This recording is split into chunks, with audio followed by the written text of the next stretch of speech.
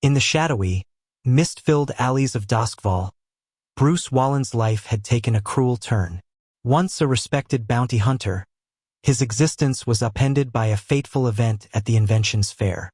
His mind, once sharp and focused, had been tampered with, leading to his arrest and subsequent imprisonment. Bruce's escape from Ironhook prison was not just a physical act of liberation. It was the beginning of a relentless pursuit to find those who had manipulated his memories and framed him for crimes he did not commit. Bruce's escape from prison found an unlikely ally in Marcio Keel, a figure shrouded in mystery. Marcio's motives were as unclear as his past. Together, they escaped the prison. Bruce then was able to embark on a dangerous mission to confront the Ciphers, a faction with deep ties to technological manipulation and covert operations, as Marcio returned to his own group. They parted ways, but his goal was clear: ambush a Cipher operative to gather vital information about the person who altered Bruce's memories. Under the cloak of night, Bruce worked tirelessly to gather intelligence. His investigation led them to a secretive meeting between two criminal factions: the Circle of Flame and the Dimmer Sisters. This clandestine gathering was rumored to be a crucial discussion on strategies against the Ciphers, making it a perfect opportunity for Bruce to uncover the truth. Bruce thought to himself, "Remember, when you're deep in the shadows, sometimes the light reveals more than you expect. Stay sharp, Bruce. I need to get to the bottom of this. Whoever's behind these mind games is going to pay. I need to find out where they are, and the meeting is the perfect opportunity for a trap." His meticulous planning led to the discovery that the meeting was scheduled for midnight in 2 days. The key figures involved were Heatwave and Firefly, the ruthless leader of the Circle of Flame, and his skilled operative, Harleen Quinzel, the enigmatic leader of the Dimmer Sisters. So Bruce sent out fake hints in order to organize a fake meeting of his own making. This would attract exactly the kind of operative he needed: a member of the Ciphers. The only memory that Bruce retained from his imprisonment was the involvement of the Cipher criminal group. This was his first clue as to who has erased his mind. Meanwhile, Xavier, another operative with intricate ties to the factions, was also tasked with investigating the Circle of Flame group, came across this rumored meeting.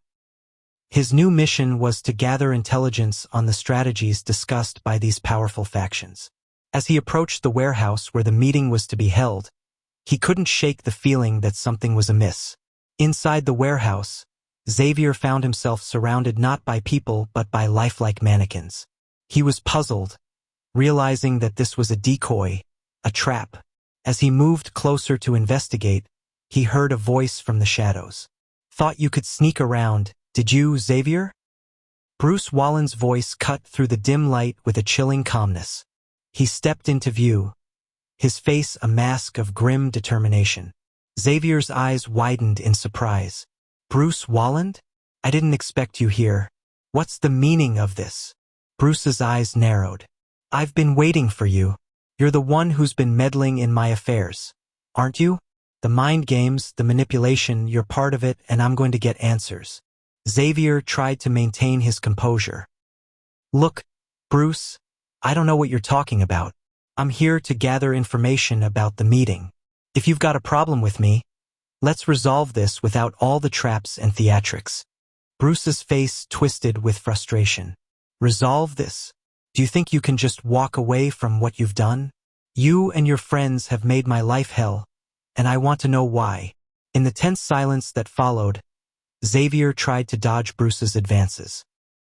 He narrowly avoided Bruce's grasp but was caught off guard by the series of small explosions that erupted around him. Debris and smoke filled the warehouse, making it difficult for Xavier to find a safe hiding spot. Bruce's voice echoed through the chaos. "I knew you'd come sniffing around eventually. Who were those people that attacked the Inventions Fair? Who stole the blueprints and killed the guards?"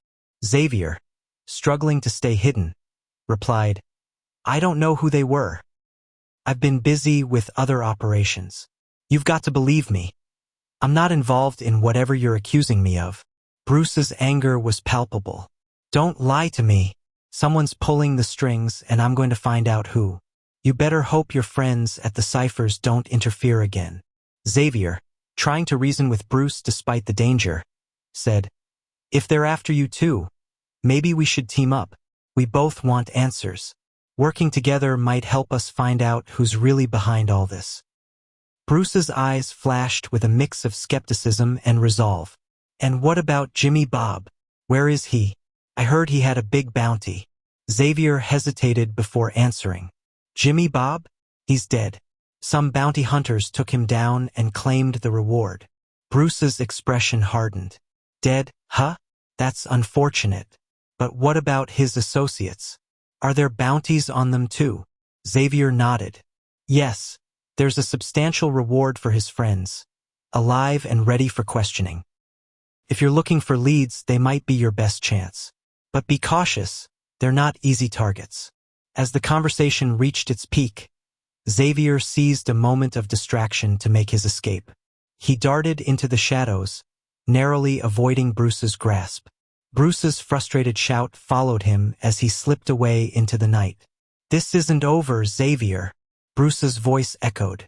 "I'll find out what you know, one way or another." Safe in the darkness, Xavier took a moment to catch his breath. The encounter with Bruce had left him shaken but determined. His mind raced with thoughts of the upcoming meeting and the broader implications of the encounter. Back in his hideout, Xavier tried to unwind from the intense confrontation. Seeking solace in familiar activities, he engaged in meditation and tinkered with harmless projects, finding temporary relief from the stress of the night's events. The failed ambush and Bruce Wallen's deceptive tactics had left a complex trail of consequences. The false accusations against the Circle of Flame and the Dimmer Sisters created a web of mistrust and suspicion among the factions. Public perception was skewed by the rumors, further complicating the city's already intricate political landscape.